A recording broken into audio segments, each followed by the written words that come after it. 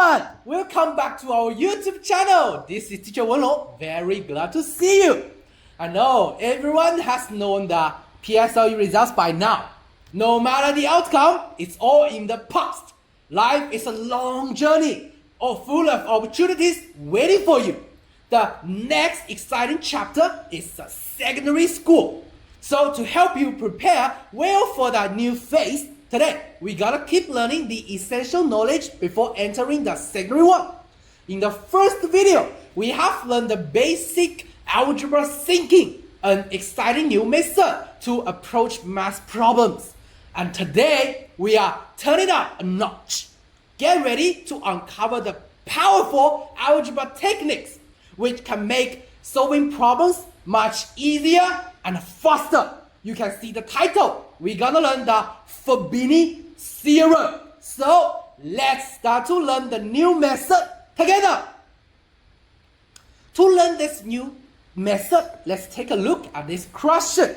So, it told us, as shown in the figure, a rectangle is divided into 6 squares, with the shaded square being the smallest, having an area of 1 centimeter square, and want us to find the area of the entire rectangle.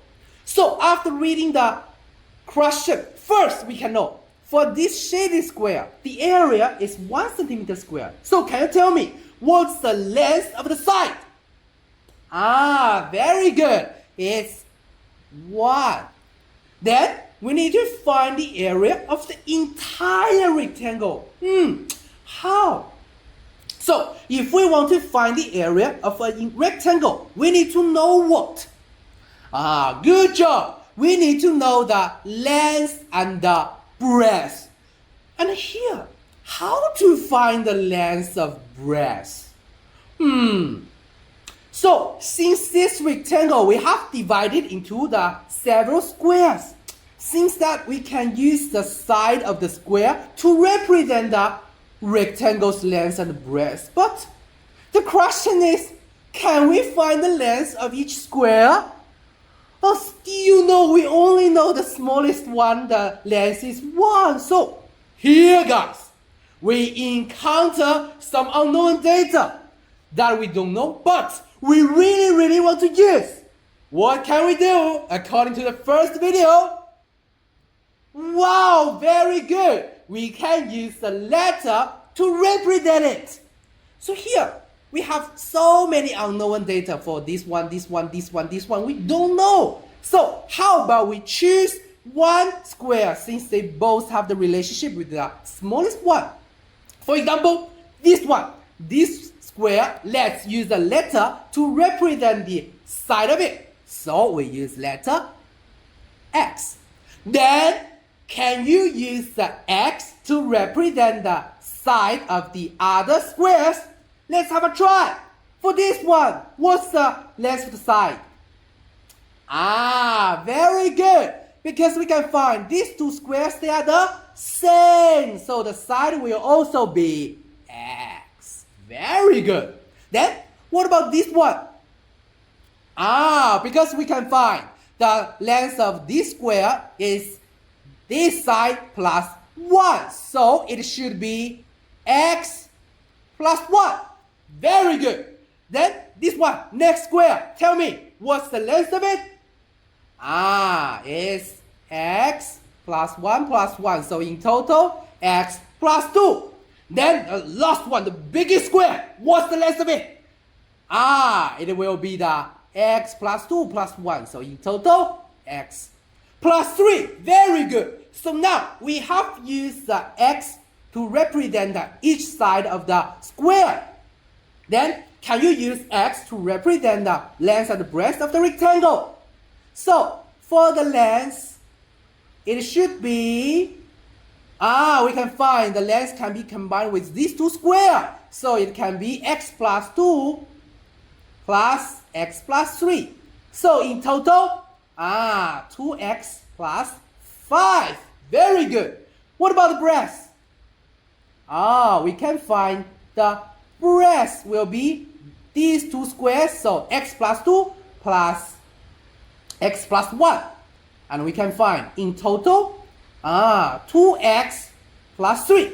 So now we have used x to represent the length and the breadth of the rectangle, but if we want to find the area, seems that we need to find a value for 1x. How? So in the first video we know, if we want to find the value for 1x, we need to find the relationship in the question, and we set an equation. Then we can find the value for 1x. So in this question, what's the relationship? Where's the equation? So here we can find.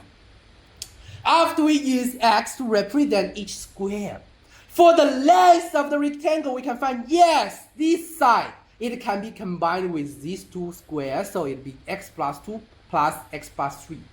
But if we take a look at the bottom, at this side, we can find how to represent the length. We can use another way. What is? Yes, very good. We can find this bottom, the side is combined with these 3 square. And if we represent the length, it will be x plus 1 plus x equal to 3x plus 1. And guys, tell me, this side and this side, what's the relationship between them?